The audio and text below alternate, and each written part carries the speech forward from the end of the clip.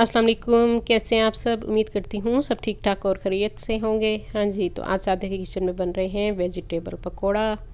रमज़ान मुबारक का महीना है और रमज़ान में पकोड़े शौक़ से खाए जाते हैं, तो उसके लिए हम बनाएंगे वेजिटेबल पकोड़ा।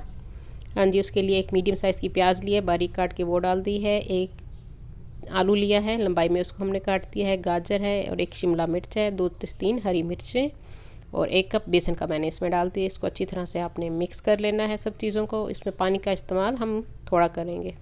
हाँ जी, मसाले डालेंगे। 1/4 टीस्पून मैंने हल्दी डाल दी है, 1 टीस्पून कुटी हुई लाल मिर्च, 1 टीस्पून नमक और 1.5 टीस्पून मैंने खुश्क धनिया डाल दिया है। सफ़ेद ज़ीरा थोड़ा सा डाल दिया है और अजवाइन और 2 चुटकी मैंने खुश्क पुदीने के इसमें डाल दिया है। अगर आपके पास फ्रेश है तो आप फ्रेश डाल दीजिए।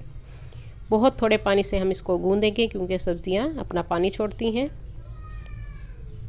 हाँ जी, इसको थोड़ा सा पानी 2 से 3 टेबलस्पून के करीब मैंने इसमें पानी डाला है और इसको गूंद के हम थोड़ी देर रख देंगे। थोड़ी देर रेस्ट ज़रूर दीजिएगा, तो इससे पकोड़े हमारे बहुत अच्छे बनेंगे। हाँ जी, ऑयल हमने गरम कर लिया है। हाँ जी, पकोड़ों को हम इसमें डाल देंगे और इसको फ्राई करेंगे। गोल्डन कलर आने तक अपने इसको फ्राई करना है।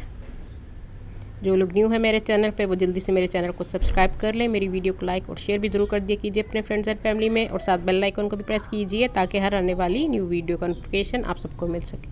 हाँ जी, मज़ेदार वेजिटेबल पकोड़े हमारे तैयार हैं। केचप या हरी चटनी के साथ इसको पेश कीजिए इफ्तारी में। उम्मीद करती हूँ मेरी आज की रेसिपी आप लोगों को पसंद आएगी। अपनी दुआओं में मुझे याद रखा कीजिए। अल्लाह हाफिज़।